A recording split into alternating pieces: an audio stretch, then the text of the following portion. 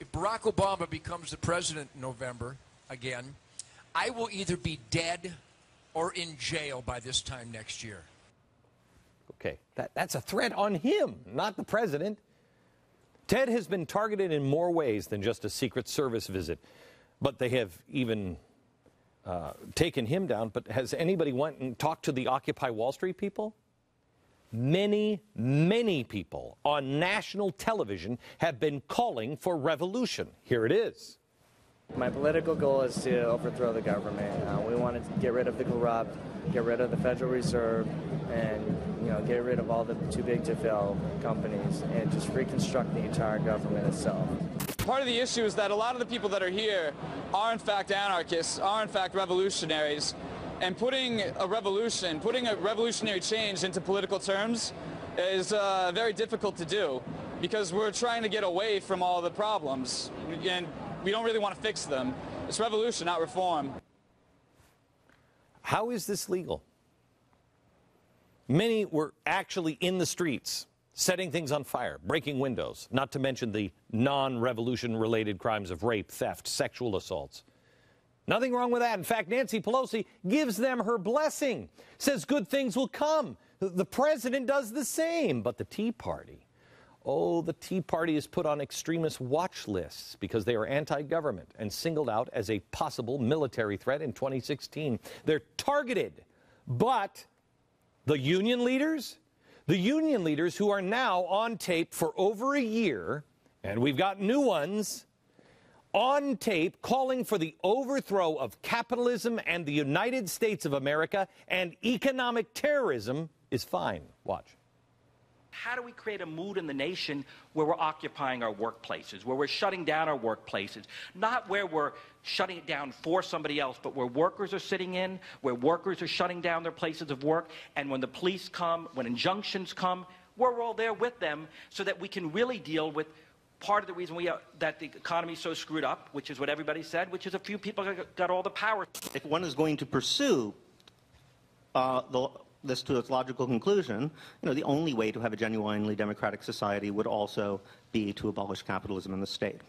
Progressive Labor is a revolutionary communist organization. Its objective is to make revolution in the United States, overthrow the capitalist system, and build communism. That's ignored. But when a 13-year-old boy tried to warn Obama about possible suicide bombers, remember this?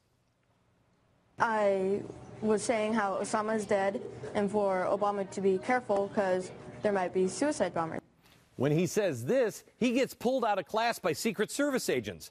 They come with the dark glasses and the earpiece, and they question him without the consent of the parents. Now, I'm not an expert, but it sure looks like one side is being singled out. And the only thing that accomplishes is it makes people much more frustrated. That's why you have people like this judge in Texas talk about preparing for civil war if Obama wins re-election. Listen to this. He is going to try to hand over the sovereignty of the United States to the UN. Mm-hmm. Okay, what's going to happen when that happens? Mm-hmm. I'm thinking worst case scenario. Right, okay? I understand. Civil unrest, civil disobedience, civil war, maybe. I mean, we're not talking just a few riots here and demonstrations. We're talking Lexington, Concord, take up arms and get rid of the guy.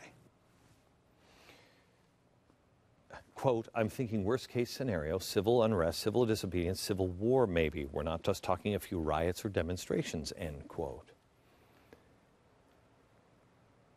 Can you even imagine having this conversation 12 years ago?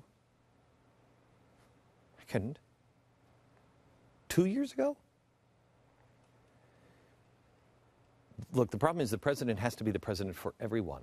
We do not have a rule of law anymore. That's the problem with business. That's the problem with everything. There is no rule of law. It's a nation of men and not laws. That's the opposite of what we were set up. That's the opposite of what made us great. The president cannot relegate those who disagree with him to a back seat because he won. The president answers to the American people, does not dictate to them. The president and all members of Congress also take an oath to defend the Constitution of the United States from all enemies, foreign and domestic. When someone is calling for revolution in the streets, that is an enemy of the Constitution. When they say they're going to overthrow capitalism and our system and our government, the state, then they are a threat. The president welcomes the free flow of ideas and even protests, not suppresses them, in America at least. Everyone remembers we hold these truths to be self-evident from the Declaration of Independence, but a lot of people have forgotten the last paragraph, or the paragraph right before that. When in the course of human events it becomes necessary for one people to dissolve the political bands which have connected them one with another, and assume among the powers of the earth the separate and equal station to which the laws of nature and nature's God entitle them, a decent respect to the opinions of mankind requires that they should declare the causes which impel them to the separation. You see, they're saying that we can be separate and we can be equal, but we just have to tell each other why. This is the instruction manual for what to do when a government becomes oppressive. The people viewed it as their right, and our founders said it was our duty to remove those shackles. We're not there. We're not there. But there are revolutionaries. And now the full force, it's not just the media, now the federal government is involved in painting people who disagree with the president as crazy and acting upon it, or dangerous and acting upon it. America is the land of the free. You have the right to be free to a stupid opinion. You are free to post them on Facebook. If you are threatening the president, expect a visit from the authorities and a little chat. That's totally reasonable. But a land that is truly free does not subject the citizen to a humiliation of psychiatric evaluations in a mental hospital without any charges or warrants against them. That's not America.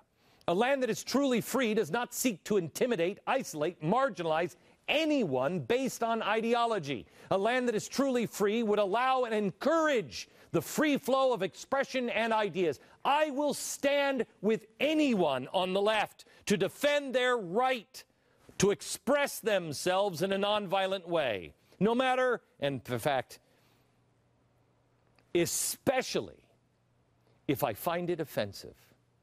I will stand for their right to say it, but not to abolish the country and not to kill. In a land that is truly free, justice is truly blind.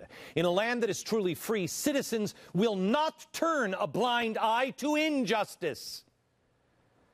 There is a greater injustice than denying these freedoms to someone who risked their life to protect them. If there is, I don't know what it is.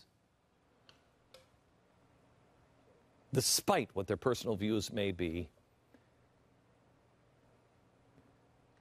we stand up for our fellow citizens. This story is long from over, but I am warning you now, the federal government is seeing how much you still care. This is a shark bump.